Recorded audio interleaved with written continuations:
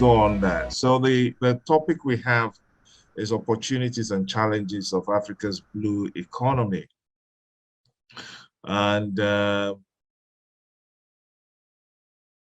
if we go to the slides, if I can manage this. Stanley, can you maximize the screen, please? Okay, maximize the screen. There's a little button at the bottom there that looks like a computer, close to the slider. The one next to the slider. Yes, that one. Okay. No, the one close to the minus sign. Yeah, that's one. That one. Yeah. This one. Yeah. Okay. Yeah.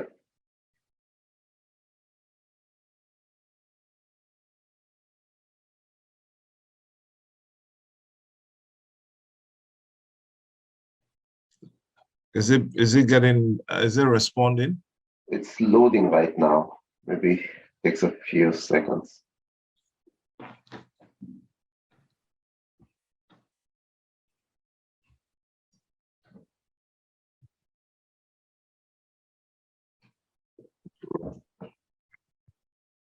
Nothing seems to be happening. Yeah, that's strange, man.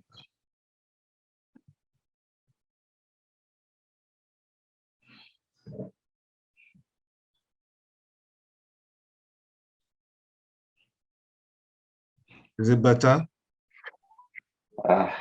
It's the same, but I think we can just go on then, because at least we can. Yeah, no, it's okay. It's okay now. Yeah, thanks. Okay. All right then.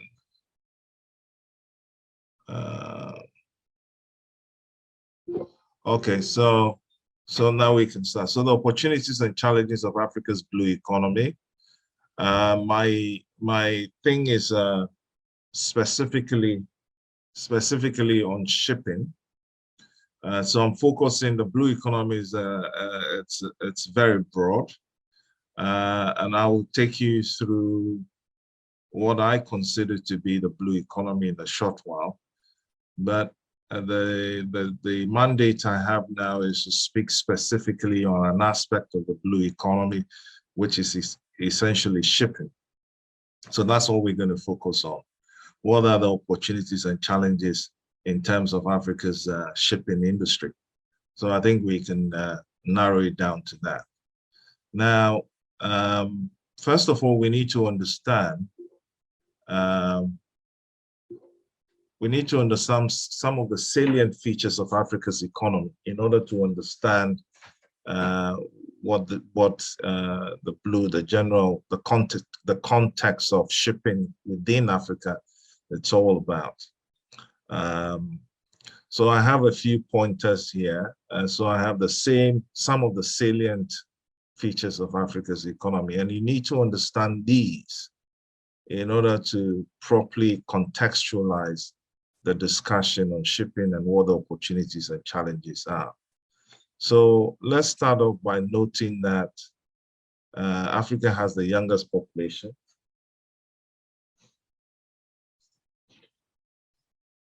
Africa has the youngest population, the second most populous continent in the world,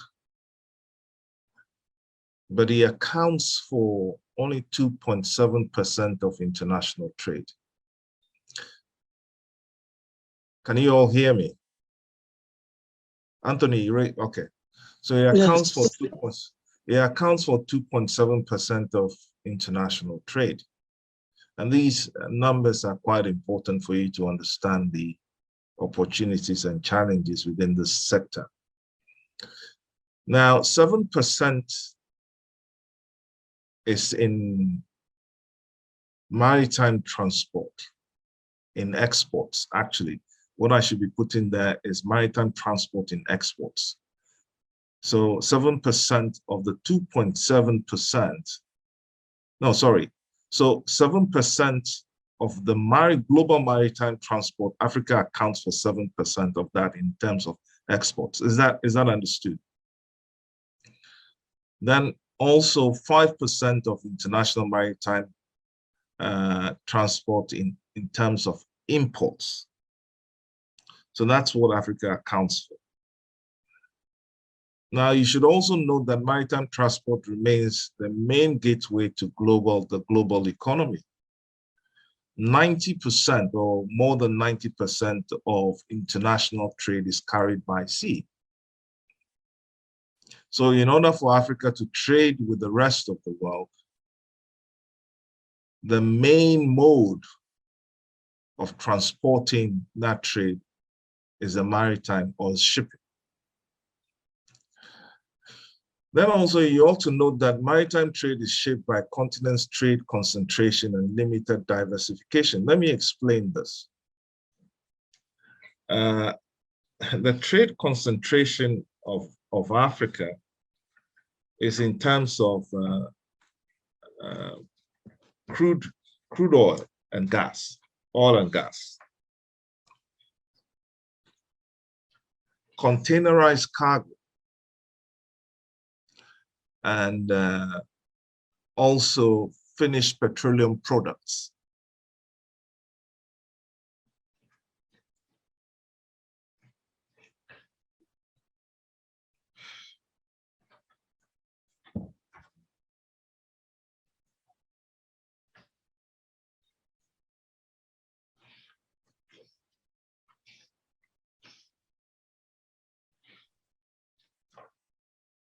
Sorry, Stanley, seems you're disconnected. We can't get you anymore.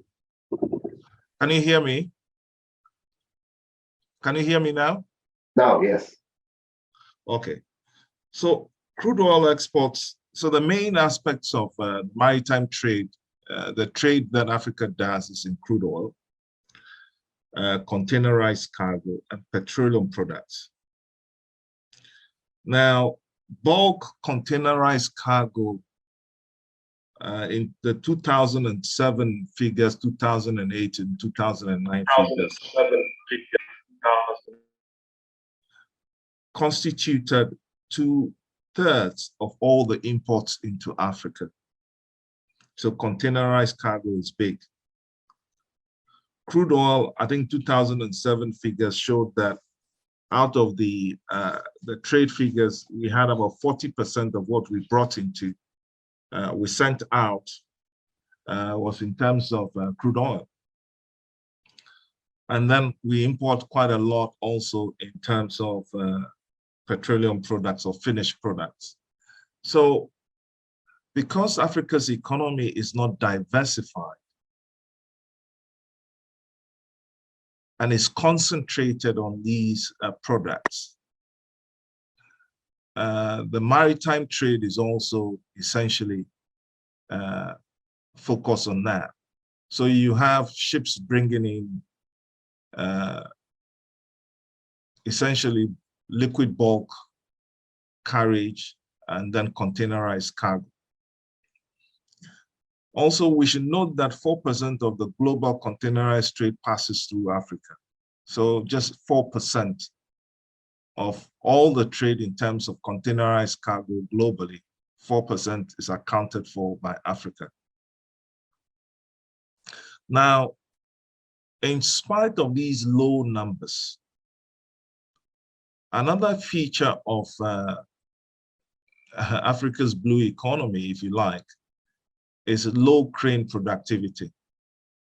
So when I say low crane productivity, I mean a situation where a containerized cargo or vessel comes into port and is being offloaded by cranes in our African ports.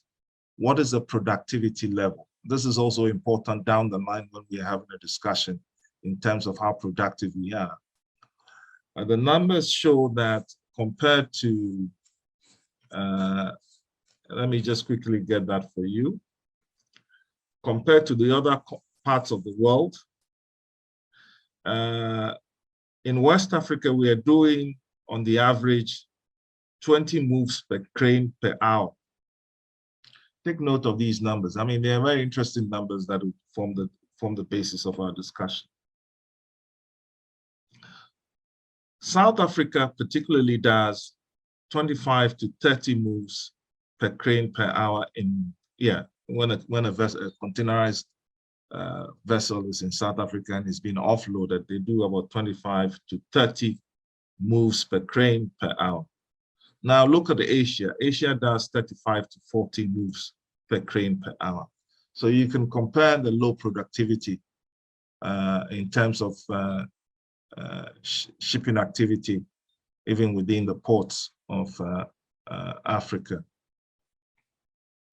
Now, so having said that, let me go back to some of the general features of shipping. Also, it's important to note this when we go down in the discussion. This will also become useful. This information. So I put here, shipping is international by nature. We need to recognize that. Shipping is a major driver of trade. Without shipping, trade is hindered. Shipping is highly technical in nature.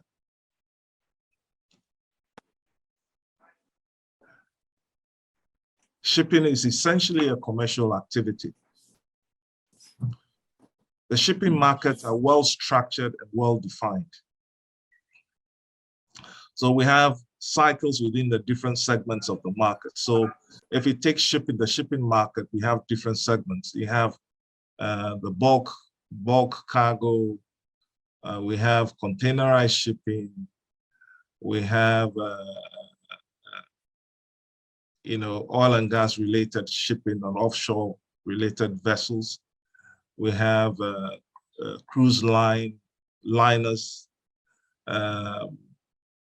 You have feeder vessels. You have project cargo related vessels, which are specialized vessels. But mainly you have the bulk carriers, which is liquid bulk, and then you have the carriage of dry bulk. You have container, the liners, and the major liners. Most of you are quite familiar with those. The top 5 in the world: Maersk, MSC, and name them, Costco, several of them. They're everywhere within our continent. And all of these types of vessels have segments within the shipping market that deal with how they are valued, how they are sold secondhand, how they're built. And of course, within the shipping market also, you have the new build segment of the market, which is well structured. We have repair and maintenance segment of the market, which is also well structured.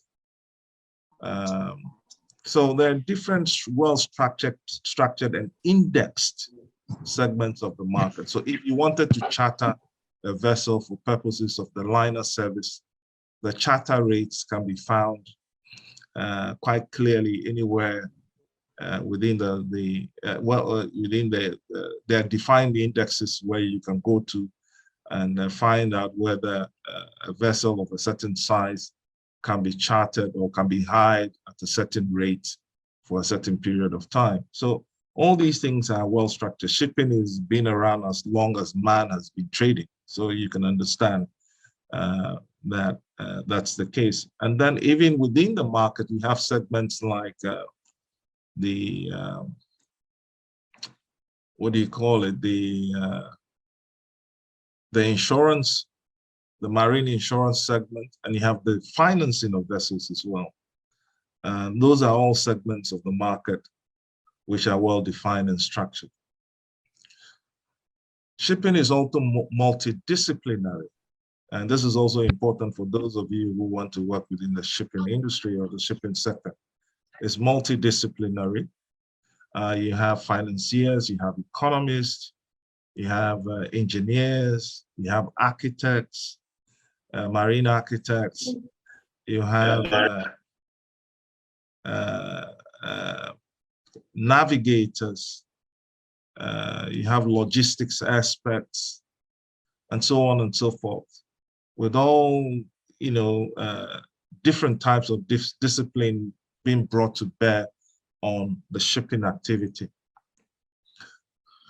Then also you have the high risk nature of shipping. Shipping is high risk, very high risk, not only because you have the ships which are the epicenter of shipping having to travel distances on the sea, on the ocean, fraught with all the perils of the sea, but also the very nature of ships. I mean, they are built from steel, and constantly you have the chemical interactions between the steel, oxygen, and salt, leading on to rust. And so that constant fight, every time a ship is sailing somewhere, there's that constant fight between the sea itself and the materials with which the ship is built, mainly steel. So that's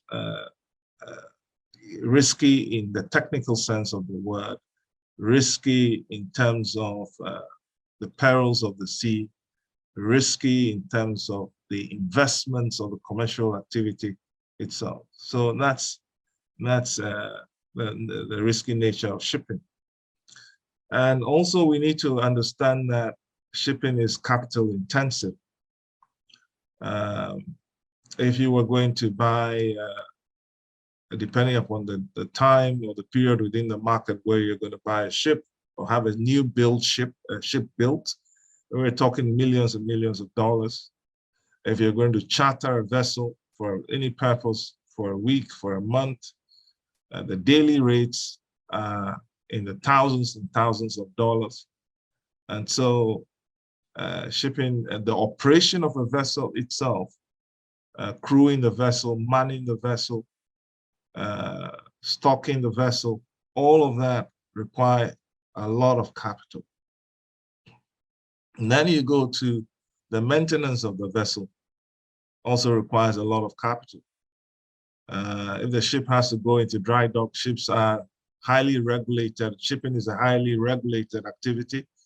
So you have the port state control, you have the classification societies, you have the insurance requirements. All of those require capital. The mere operation of the vessel from in respect of a single voyage will require a lot of money. And so as part of shipping, we have financiers who are specialized in ship finance, not only in terms of building the ship, but in terms of working capital for ship operators, and so on and so forth. So the capital intensive nature of this activity also contributes to the risk factor. So you need to bear that also in mind when you are discussing shipping. Now let's focus a little bit more on Africa's shipping industry. And these are my views on Africa's shipping industry. We don't have a lot of time, so I'm not going to delve so much into the history of it, but some of the features are important to note in order for us to fully understand the blue economy and how it works. Africa's shipping industry is centered around import-export trade. And you have to know that most African countries are import dependent. We're importing a lot more than we are exporting, so the trade deficit. It's important to know that. So most of the vessels we see in our ports are containerized cargoes, vessels, and bulk carriers. Bulk carriers bring in bales and bags of sugar and rice and wheat and the like. And these are all things that we import into our African countries. We heavily depend upon because we are not producing a lot of them. And when we are exporting bulk. Bulk carriers are taking away our manganese, our bauxite, our crude oil. And so that's, the process of importing and exporting is all centralized in a sense by some government entity. Again, domestic shipping infrastructure largely government owned. So most of the ports in West Africa, or Africa for that matter, have a 100% government ownership or are partially owned by governments. I mean, the tide in respect of that is changing, where we have shipping lines themselves buying terminals or owning terminals within Africa. And that trend is continuing, and to the extent where you have some of the major primary ports like Abidjan, Tema, Lagos, Lome are all partly owned by the likes of AP Mola, Bolloré, and the rest of it, with limited government involvement now. But by and large, most of the ports have been built and owned by governments within West Africa. Now, the infrastructure built and ports in particular are aimed at tax revenue generation. I mean, the focus is not to develop a shipping industry with all its components and aspects that will bring in income, but mainly to help government focus on its generation of revenue by way of taxation. So if you look at our import tax regimes and so on and so forth, they're all geared towards raising money for government coffers. Now, the flip side of that is that shipping services are largely imported.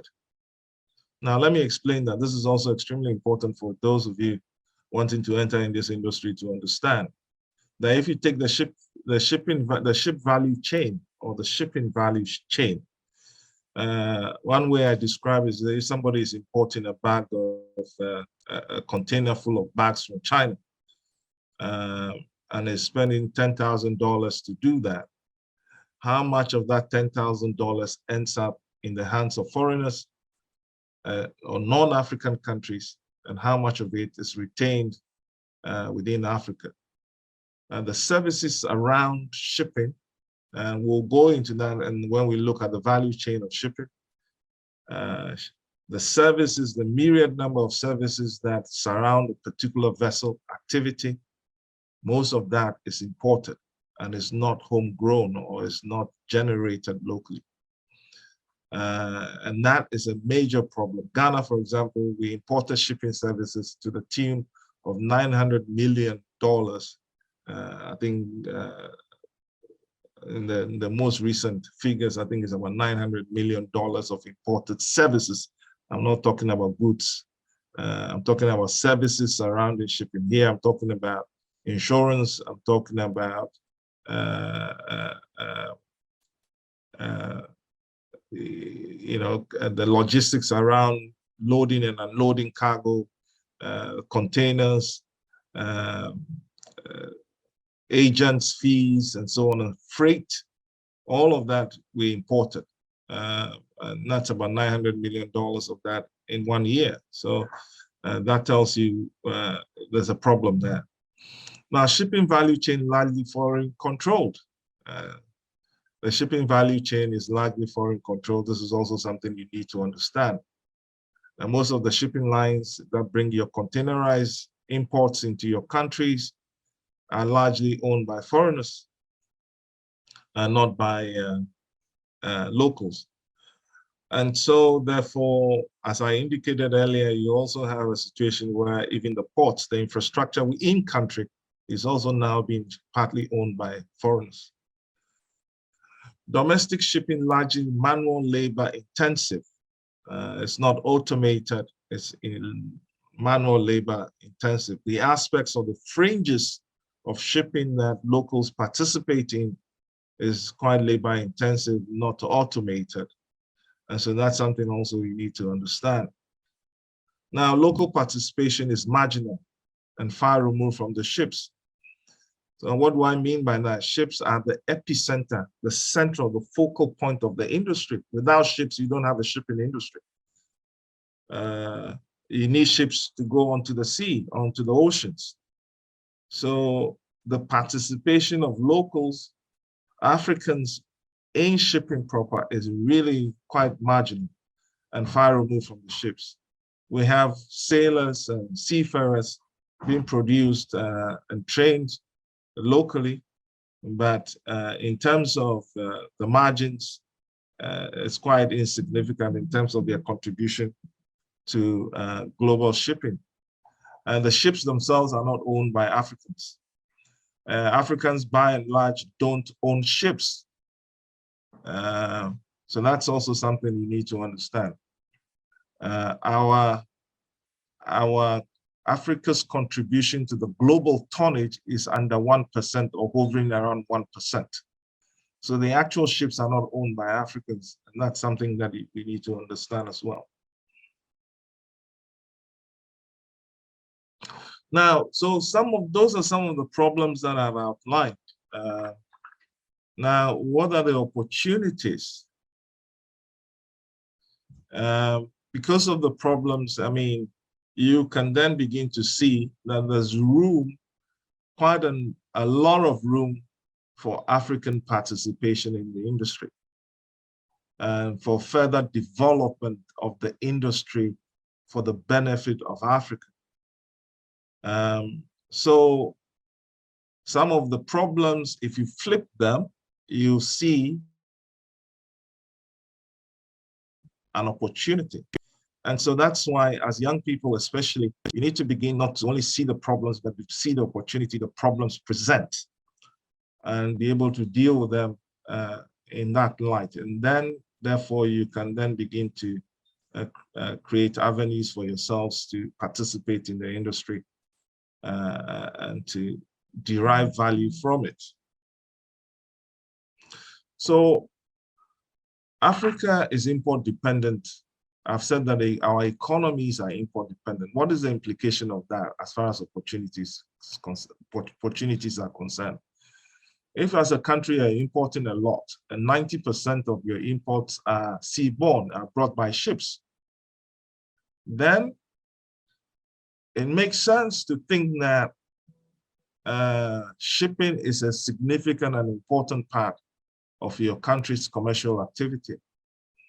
And therefore, that industry, in respect of your country, ought to expand and create opportunities for jobs and for opportunities for business. Essentially, if an African owned a ship in, say, Ghana, Nigeria, and is intent on bringing imports of Nigerians or Ghanaians from Asia into West Africa, fact of the matter is there's always going to be cargo for that ship to carry. So that creates an opportunity. Now, most African countries, especially in West Africa or the Gulf of Guinea, you have a lot of offshore oil and gas related activity. They are either developing or exploring for hydrocarbons, oil and gas activity. And because the hydrocarbons or the oil and gas related activities are offshore, they are maritime in nature. If you're putting a rig in the middle of the ocean offshore Ghana, and that particular rig will require a number of offshore boats and offshore industry workers. So that creates opportunities for oil and gas maritime activity and relating to ships. And then again, vessels, let me use vessels, not only ships as we know them, but also rigs, FPSOs and the like are all part of that asset group of maritime activity that can be utilized to create jobs and opportunities within Africa. Short sea shipping. Now, short sea shipping is also important, is an opportunity. Virtually, there is the interconnectivity between African countries in terms of by way of the ocean is heavily dependent upon liner services. In other words, Maersk Line, MSC, PIL, these are all foreign shipping lines that are carrying containers into West Africa by way of international trade, and sometimes moving these containers between African countries. because they are foreign owned and they are not particularly designed or aimed to do intra-African trade, they are rather very expensive and prohibitive in terms of carrying African goods back and forth within Africa. Now, short sea shipping is supposed to be able to do that. Short sea shipping is basically where you move cargo from Nigeria into the Ivorian market, or move cargo from Ghana into the Angolan market for trade, for intra-African trade purposes. Now we have the African Continental Free Trade Agreement, which is under implementation. But I dare say that that is not going to be fruitful if we don't improve on short sea shipping, or the shipping by way of carrying African cargoes from one African country into another. Our roads are congested, our borders are choked with blocks and inefficiency. Short sea shipping is one way in which we can link up African countries and improve intra-African trade. Africa is not trading amongst itself. The African countries are not trading among themselves as much as they should.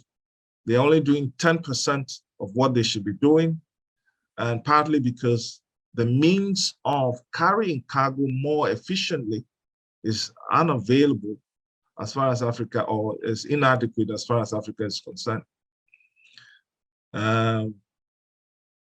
I will show you in a while there's some of the statistics showing Africa's situation in terms of the coastline. For example, 25,000 nautical miles of coastline, and yet we are not utilizing that. I'll show you that in a minute. There's room to expand local participation. I've said that already several times. There's quite abundance of labor. We say that Africa is one of the youngest continents in the world because there are more young people in Africa than anywhere in the world. And so they're growing up and they're providing skilled and unskilled labor, which can be harnessed for shipping. And the cost of that compared to the likes of Europe is advantageous to Africa. And that also has to be considered in this discussion. The long coastline, I've said that already, but I'll go to another slide that gives you into more detail what I mean by long coastlines and so on and so forth. So bear with me. Let me go back, share screen.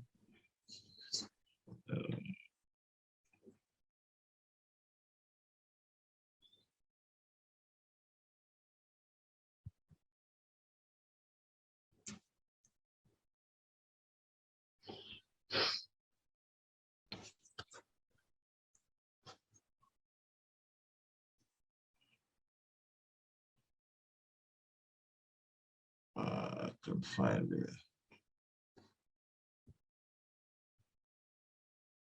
Can you see my screen?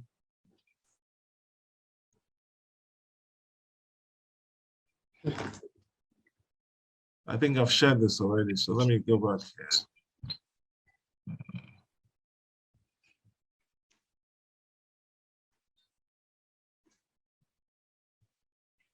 Can you see this? Can you see the new Yes. right-hand sector profile?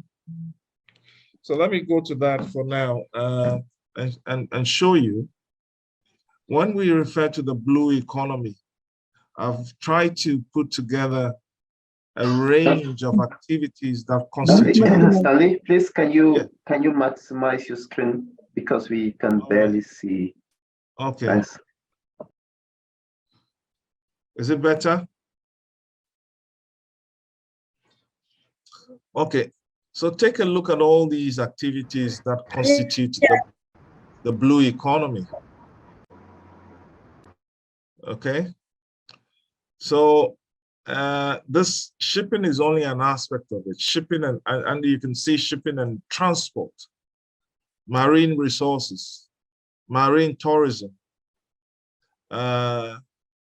And when you take shipping and transport, you take maritime logistics infrastructure, shipping transport, you have shore-based management, long-haul shipping, short-haul shipping, vessel operations, that's shipping proper, and the logistics surrounding that. You have ports, pipelines, road, rail, maritime logistics hubs, ports, marine services, and coastal. You have shoreside operations, marine aids to navigation, offshore ops, and so on and so forth. Marine resources, you can see we have minerals, pharmaceuticals, catching, aquaculture, renewable energy, and so on and so forth. You have the marine tourism side of things as well. You can see that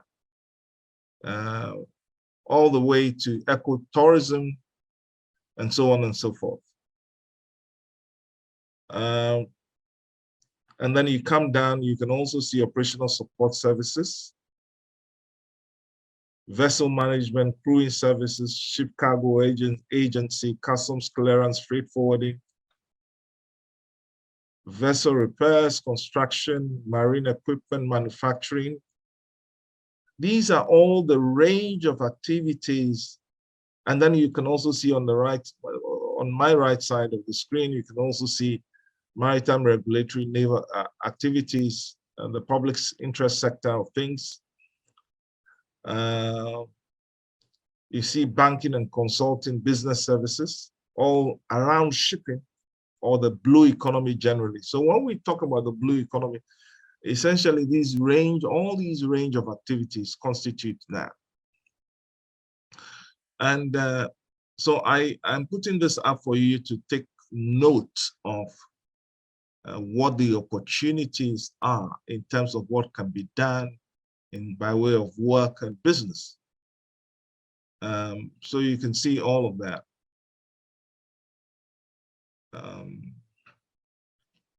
So it's a broad range of activities. And what I've been saying so far, if you've taken note of what I've been saying, is that Africa's involvement in these activities is marginal. Much of what is being done in relation to all of these activities is either non-existent in terms of the marine tourism side, almost non-existent, or where it exists, and in some parts of Africa, it's controlled by foreign interests and not by locals. And therefore, the benefits in terms of revenue are not staying within the continent, but are being moved out of the continent. So this is something that you should also take note of when we're dealing with all of this.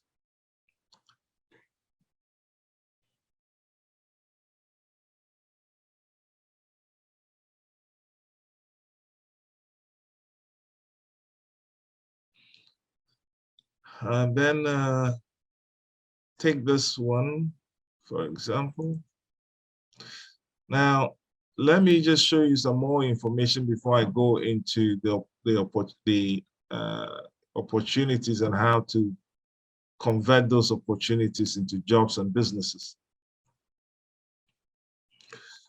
I want you to focus a bit more on the state of Africa's maritime economy.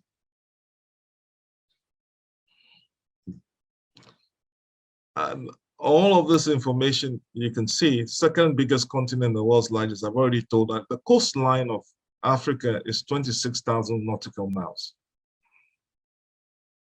That's a lot. 38 African countries are either coastal or inland states. A significant portion of Africa's oil and gas resources are located offshore and are being exploited or developed offshore. Africa's population is amongst one of the fastest growing globally and one of the youngest. Over 46% of Africans live in absolute poverty in spite of this blue economy that we have, which we are underutilized.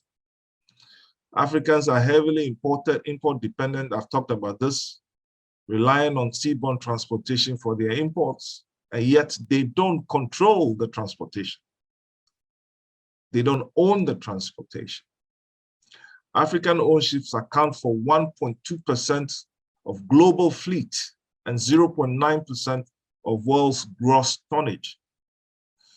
Even though we are import dependent, the means of transporting these imports into our country, we are only accounting for 1.2% or 0.9% in terms of gross tonnage.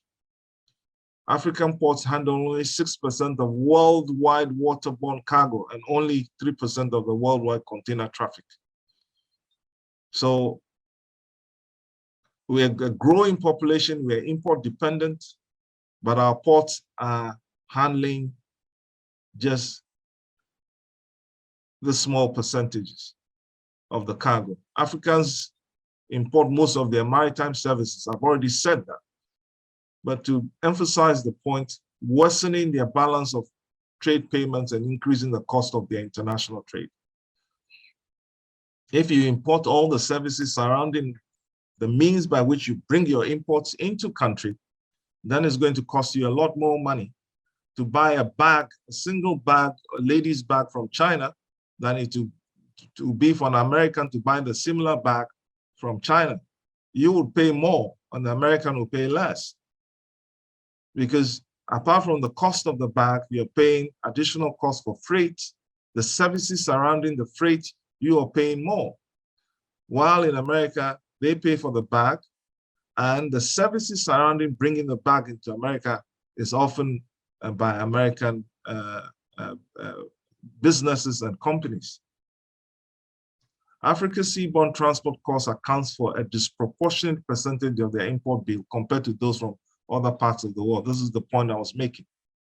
That we pay more than anybody else for the imports we depend upon.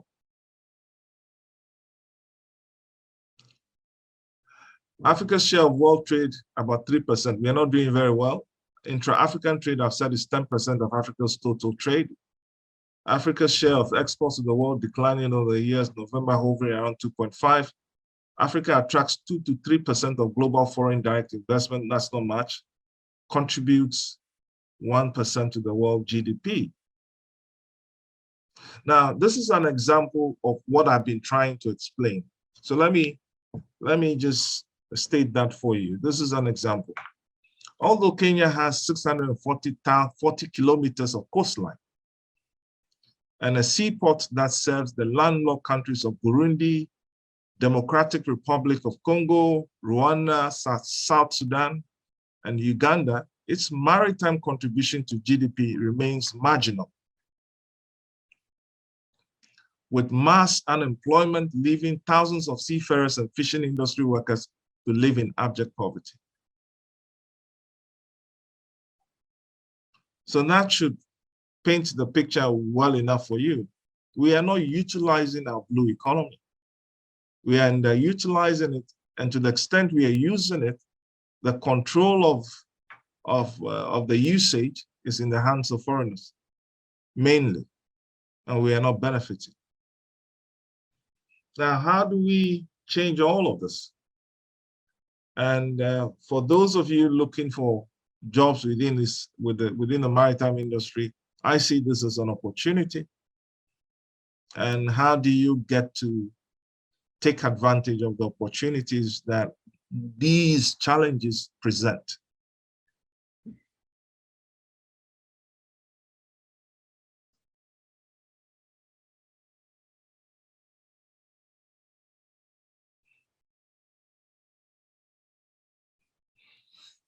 Now, you need to be prepared. From a business, if you wanted to do business within the shipping industry,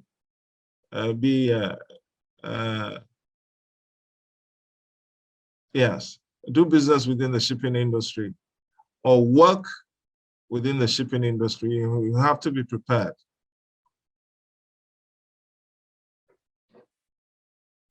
You have to understand that shipping is not national. It's not a national activity. It's an international activity. And therefore, you have to prepare yourself to compete. And therefore, the skill sets required to compete, you have to understand those skill sets in order to be able to either work within the industry or do business within the industry. As I've indicated, shipping, within the shipping industry, you need a lot of, it's a multidisciplinary activity. If you take a single ship that is moving cargo from Ghana to Lagos, and there's a lot going on there. The ship itself was built in a shipyard. That's one aspect of the shipping market. New builds. The ship has to be built. Most of these ships are built in Korea, they're built in China. And the reason they are built in Korea and China because of the low cost of labor as compared to Europe, where there used to be most of the shipyards in the past. But China and Korea have taken over shipbuilding, and Japan have taken, Asia, in fact, has taken over shipbuilding by and large. And partly because of the low cost of labor, competitive cost of labor, the skill of the labor force, and the efficiencies that they bring to bear.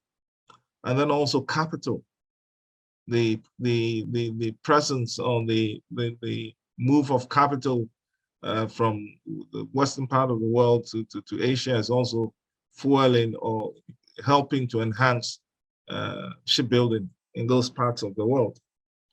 And so for a ship to be built, you need shipbuilders who are mainly not only engineers, marine engineers, they are marine architects, they're classification regulators, they're artisans, skilled artisans or experts in welding, and so on and so forth. If you've ever been to a shipyard, the activities there are quite,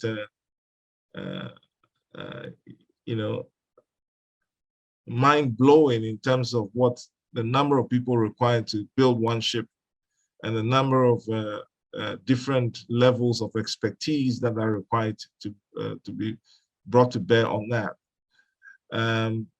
But before that is even done, you need financiers and you need insurance people. And these financiers are not just your basic bankers, they are ship finance bankers and ship finance financiers. These are specialists on ship finance and insurance. And then you have maritime lawyers who will draft the several different contracts between the shipyard and the different, the banks and the owners and so on and so forth. And then you have brokers who are the go-betweens, all of this. So these are all various aspects of shipping activity that can create opportunities for those wanting to participate in the industry.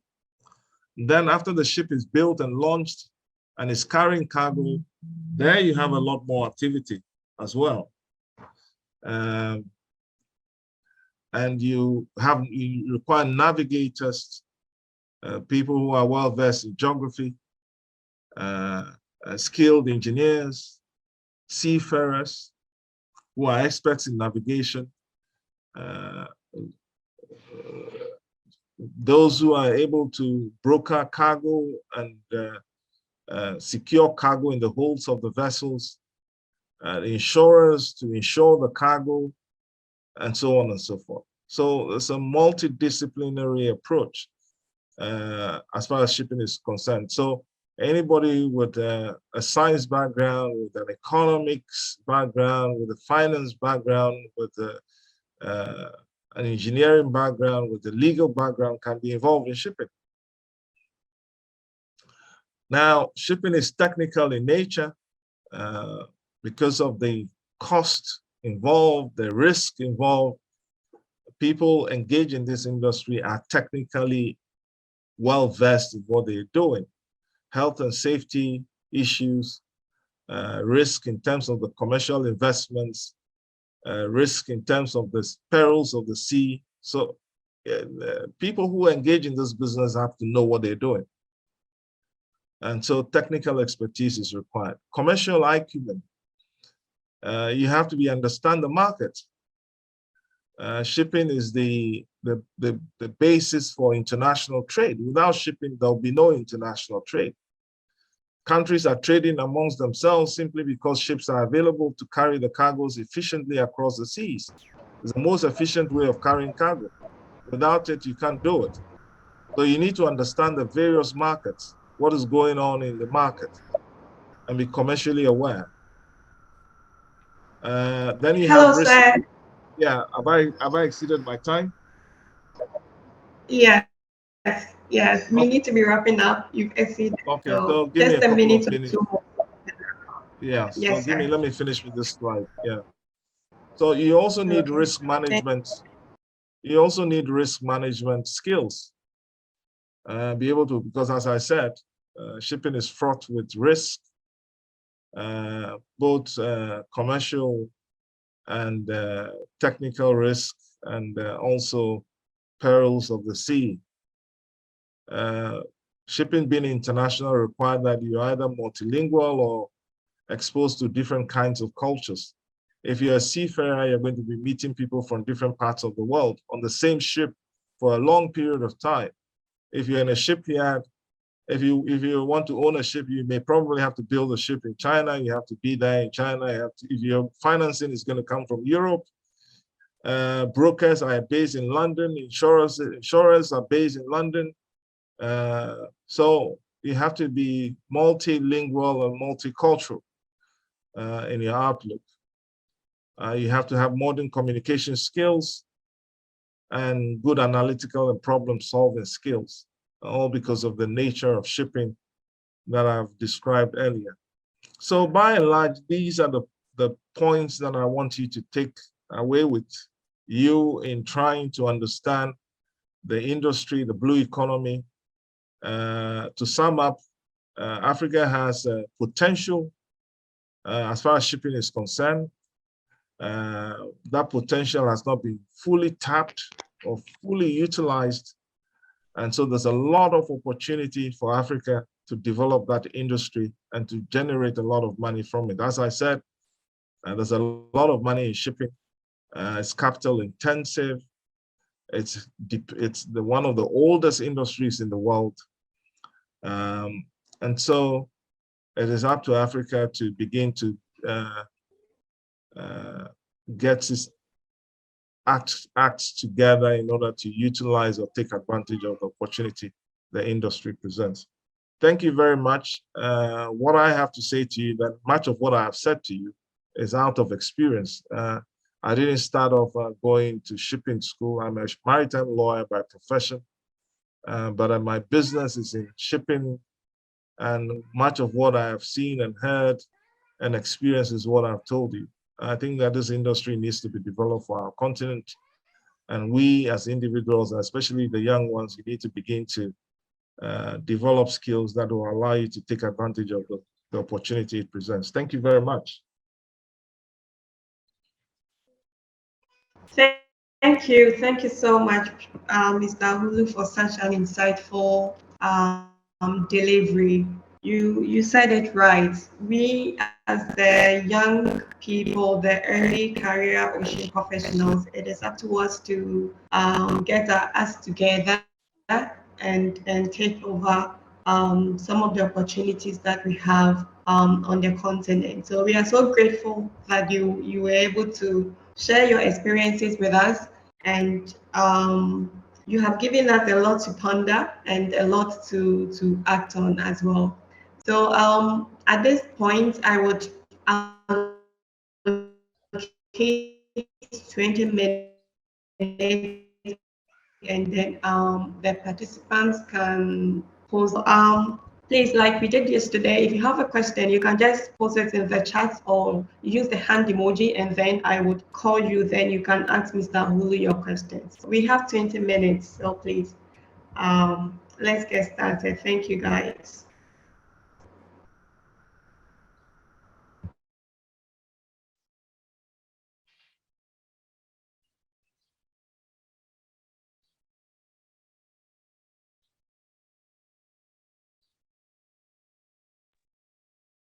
So Hassan has a hand up. Hassan, please ask your question.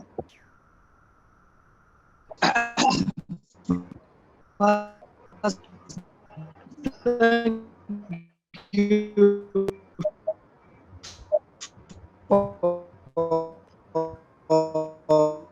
for this fantastic presentation. Hassan, It's very insightful and giving a lot of useful information. Thanks. After that, like, can you please? it's better now.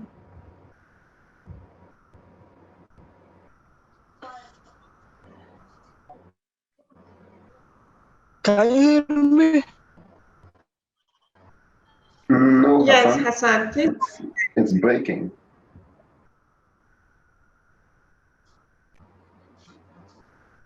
So what is the problem? Yeah. How about now? Good.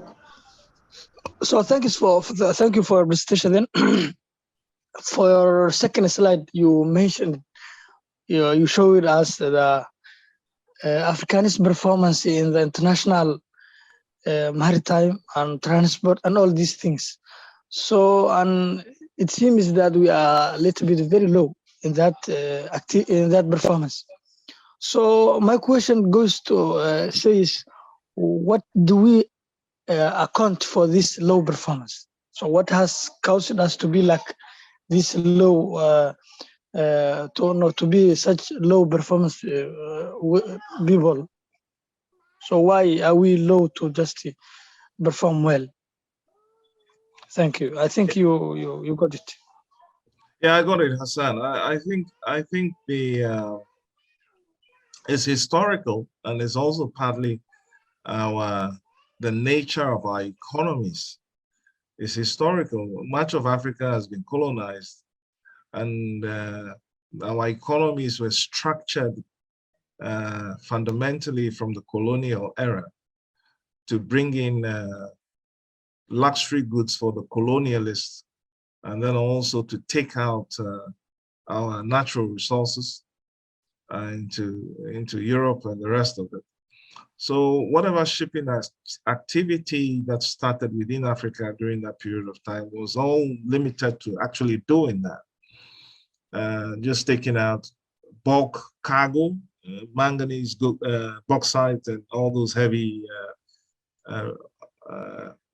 things that they can find, take them out, timber, take them out in bulk. And so the infrastructure was built around that. And the economies have remained virtually the same for a long period of time. Now we've added too much of what we are exporting by way of hydrocarbons. Most of West Africa is taking out oil and gas, but again in bulk form. And then there's very little by way of manufacturing within Africa. So if you're not manufacturing, Asia is manufacturing everything you need, and then you have to go and bring them in containers. And therefore, the container vessels that come into our ports all across Africa are coming in with other people's goods to sell to us. And the vessels are also other people's vessels.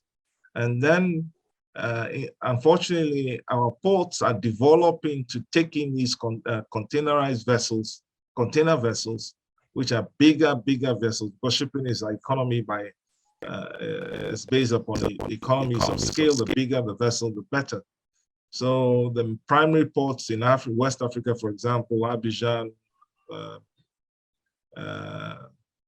Lome, Lagos, and Tema are all 16 meters in depth.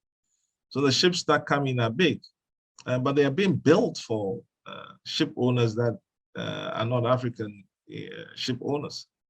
And these ships are not owned by Africa. So it's historical as a result of the nature of our economies that have not been diversified for a very long period of time. And the fact that we're also import dependent.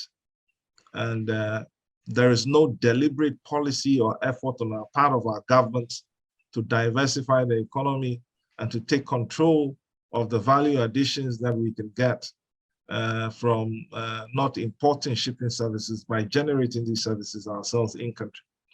So it's a combination of these factors: lack of policy, lack of deliberateness or intention to change everything, historical the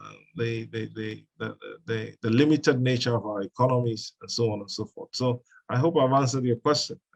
That's the problem.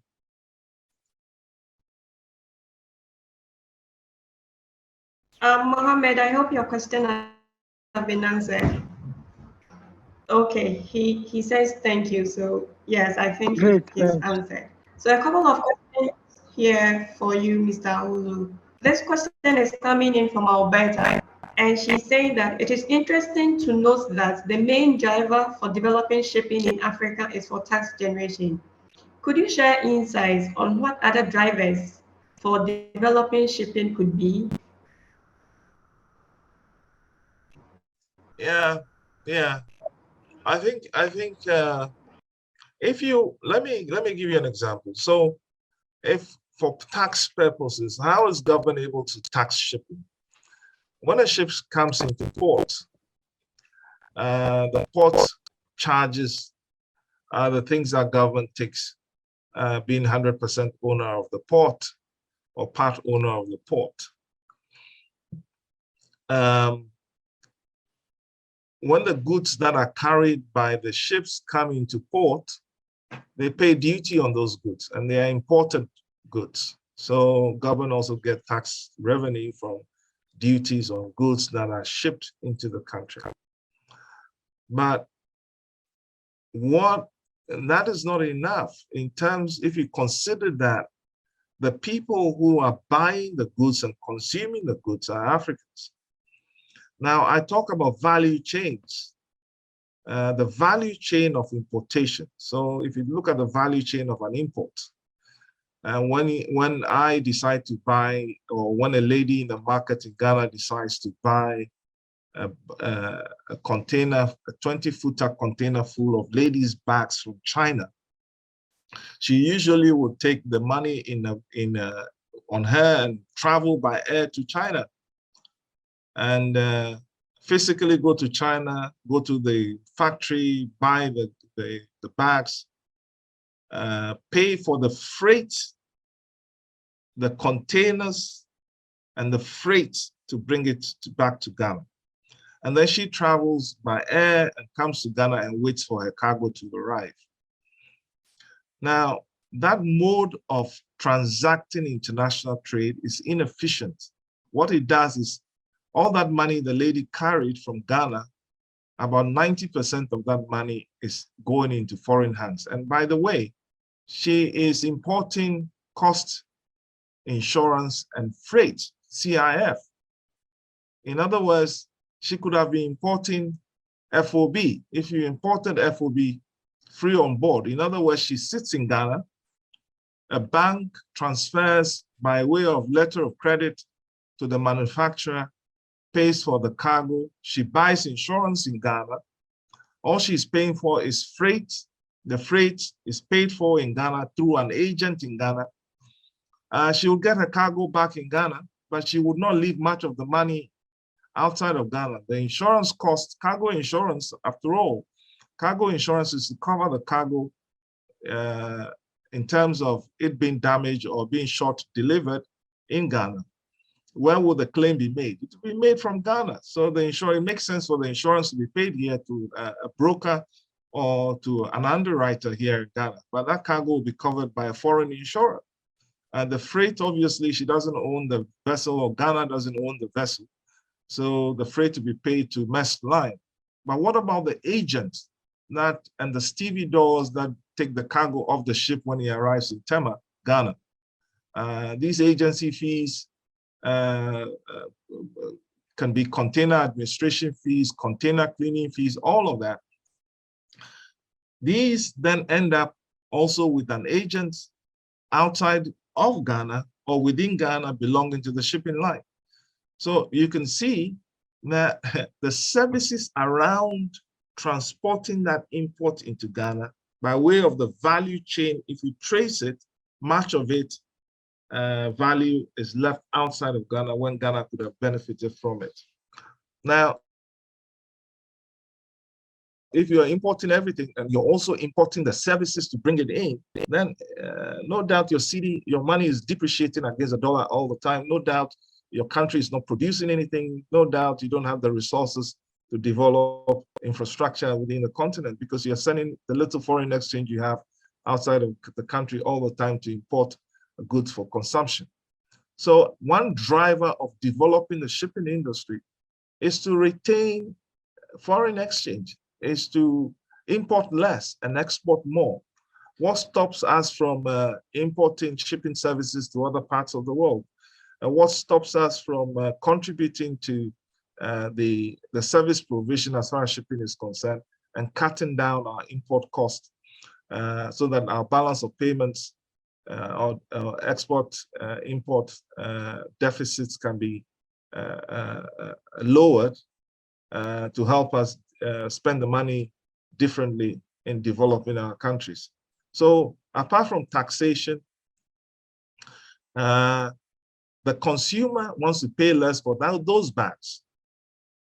But presently the consumer is paying too much because the services around bringing the bag into the country are too expensive. If you took one pizza, if you're going to a restaurant and you buy pizza in Ghana, most of the components that go into the creation of that pizza or the cooking of that pizza are imports. Cheese, name it, they're all imports. So pizza in Ghana is more expensive than it would be in Italy. So yeah, why is the consumer paying more? That is the incentive to actually cut down that cost and make things less expensive. And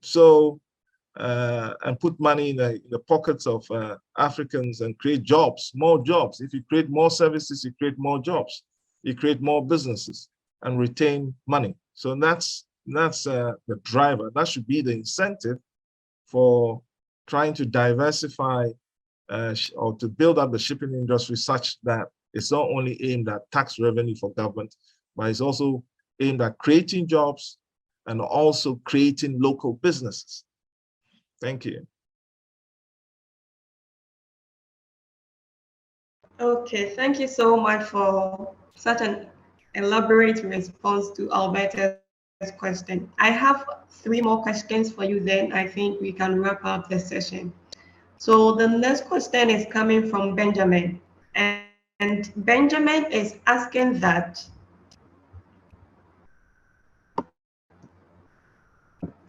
do you think that the individual states in Africa possess the necessary infrastructure to support the various disciplines of shipping?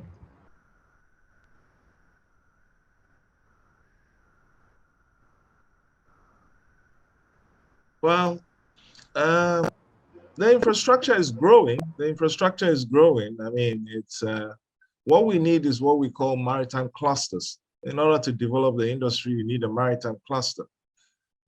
So if, for example, if you have a port and around the port you have different service providers or businesses that service the shipping industry, that's how you grow the industry. Now, if you have a terminal, so that is also one way in which it form the nucleus of a cluster that will grow in the industry. We have to look at where we have competitive advantage and be able to build the industry around our competitive advantage. The coastline, we have a long coastline, we have labor skills that we can develop. So we need to begin to look at all of that. The infrastructure in terms of shipping is a service. Ships, the center of shipping is vessels or ships. As I said, Africa doesn't own vessels compared to other parts of the world, but there are other countries which are even European countries. Luxembourg is an example. Luxembourg doesn't own a coastline, but Luxembourg, if you go and read about Luxembourg, Luxembourg has managed to develop a shipping industry around the maritime cluster, where you have ship financiers, insurance brokers, agents, and classification societies, all clustered around one major activity to provide the services that the locals require to benefit from the industry. So infrastructure has to be built.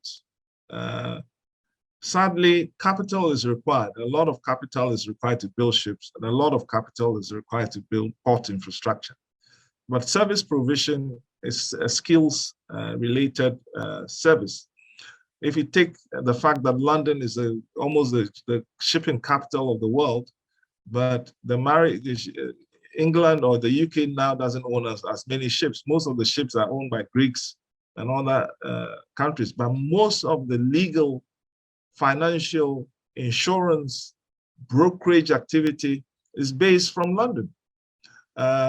So you can create services around shipping without ever having concrete infrastructure or tangible infrastructure, as it were. If you take the blue economy, the vessels that go for fishing, why are we still doing canoes? We can start off with fishing vessels. Why are we giving licenses to Chinese to own trawlers within our shipping, our fishing fields? Most of the trawlers, motorized boats for fishing, are owned by Chinese. I'm talking about Ghana particularly. They are not owned by Africans. And if you go to our coastline, our local fishermen are still using canoes or dugout wooden boats. Why can we not encourage the development and the training of our fisher folk to have the expertise to run boats, motorized boats and fishing trawlers and the like that can go deep sea and bring in the kind of fish we require rather than getting the fish from Chinese trawlers? So these are some of the things that we have to be deliberate about. We need to own the ships. We can start off from fishing boats. We can start off from repairing fishing boats. So we have repair and maintenance facilities to repair fishing boats, because we consume a lot of fish. So why don't we catch our own fish with modern technology rather than continue using canoes? So it has to be policy and a deliberate effort, and it requires capital. Our banks have to also be aware, or our financiers have to be aware of the industry and the potential of the industry. Our governments have to be aware of the industry and the potential it presents to create jobs and to create businesses. So that's what I would say in answer to that. Thank you. Okay, thank you, sir. I think this question is pretty much a follow-up to what you just answered. Pretty is asking if we lack the skills to build our own ships as Africans.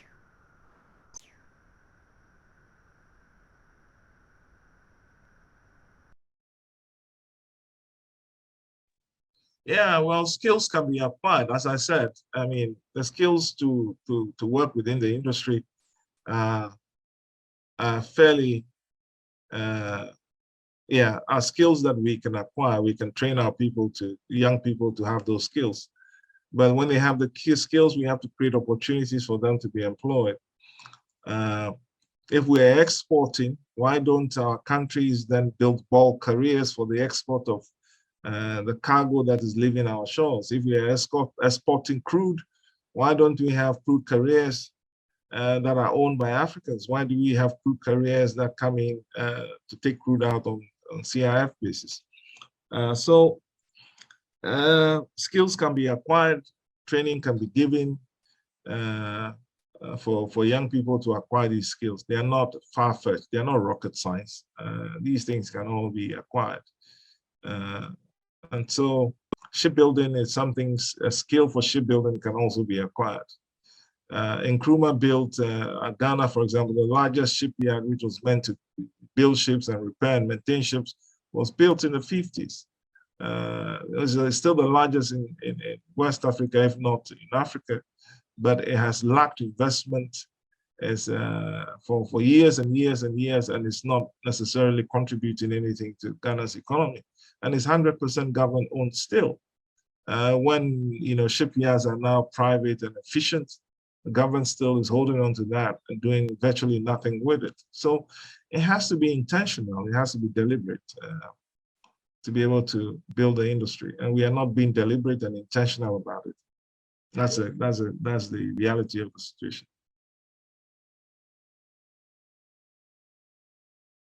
Okay, so this is the last question. Then I think we can wrap up this session. This is from OK, and he's asking that, considering how essential shipping is in Africa, and also how capital intensive and high risk it is as a sector, how can one venture into it? Which area or areas would you advise as cost effective?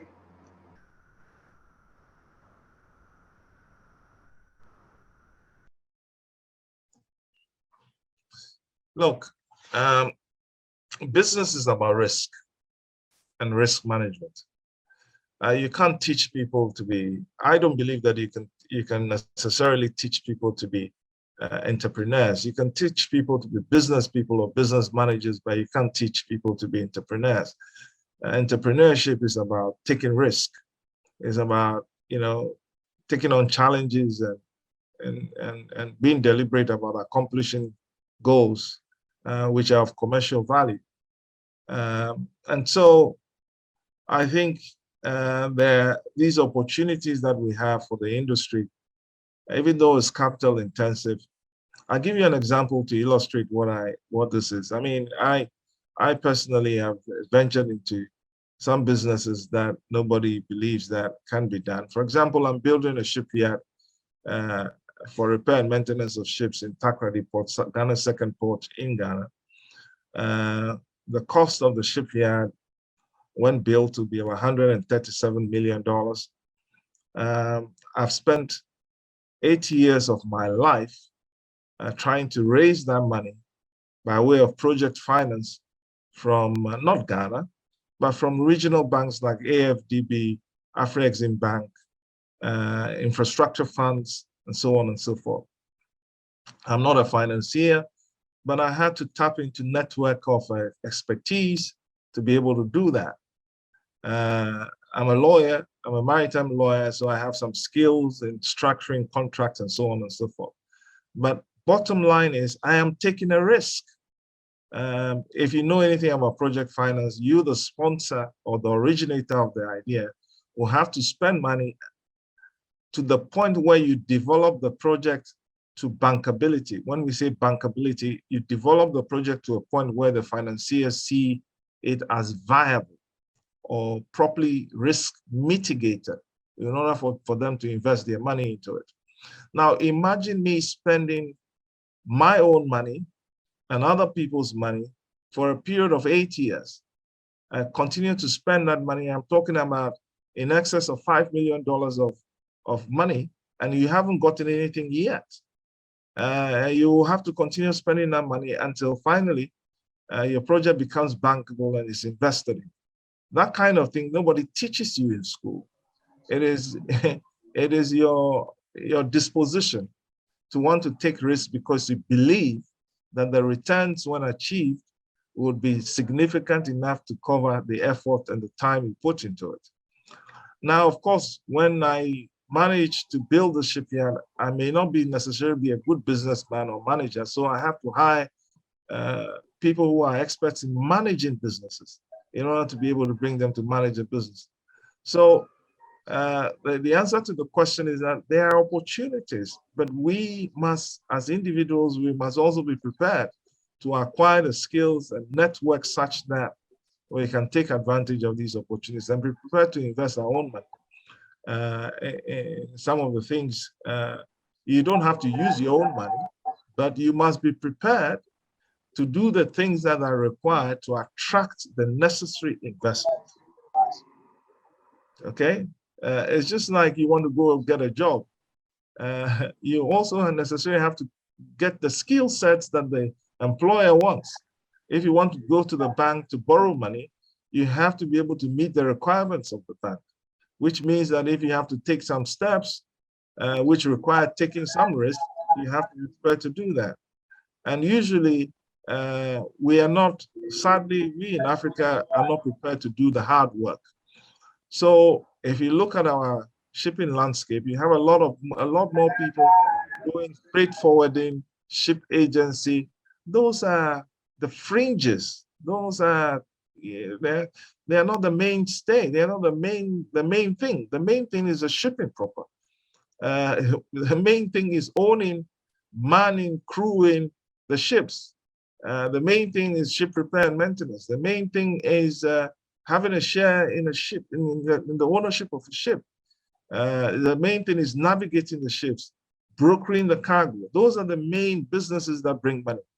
Now, are we prepared to take the risk necessary to get there, to attract the right investment? Even if the investment have to come from outside, you have to be able to attract them. And you have to position yourself and do the hard work.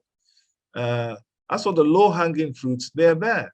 And then besides, even if you're going to be a maritime lawyer or be an insurance broker, a maritime insurance broker, or you're going to be a ship agent, or you're going to be working for a captain of a ship, it requires training. It requires you putting time and effort into training yourself and acquiring the skills to be able to do that.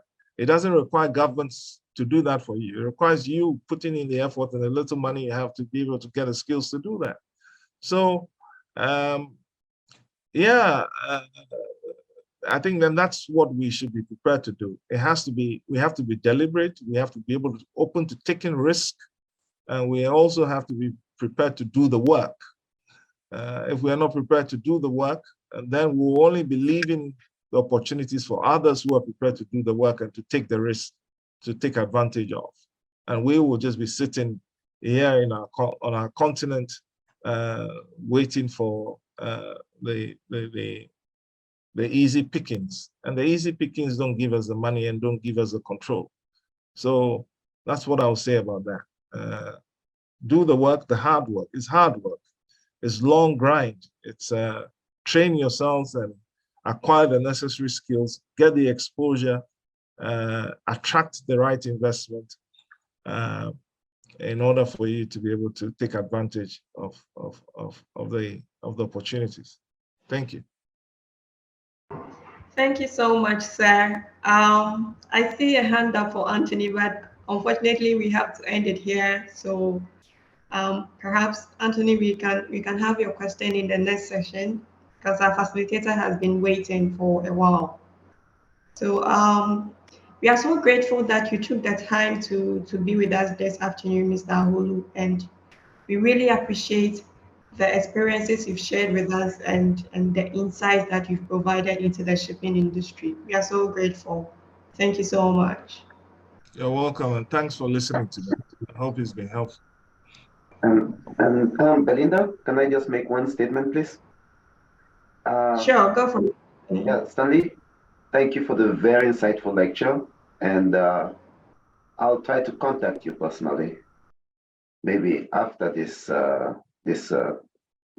course. With this, I think what you discussed today deserves a 2-hour lecture, and I think we need to try to find time to organize something like that with the ECOP program. I hope you're on board for that. Thank you very much. I appreciate that. I appreciate that, and I'm open to that. Okay. Very good. Thank you very much.